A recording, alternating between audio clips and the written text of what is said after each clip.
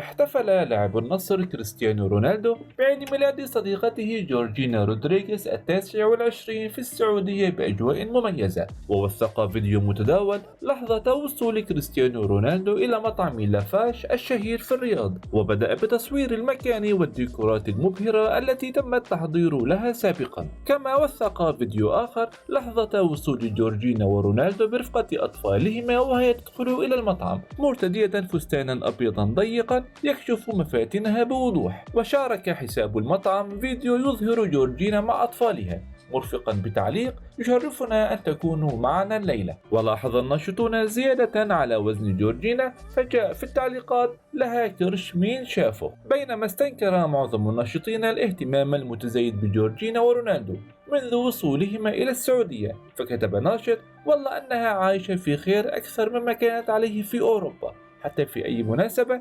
تلاقيهم ملمومين عليها والكل وده يخدم. وكان حضور جورجينا لافتا خلال حفل توزيع جوائز جوي أوورد على مسرح بكر الشدي في منطقة البوليفارد الرياض سيتي بالمملكة ضمن فعاليات موسم الرياض، حيث أطلت بالوشاح الخليجي وفستان باللون الأزرق أظهر مفاتنها وجمالها.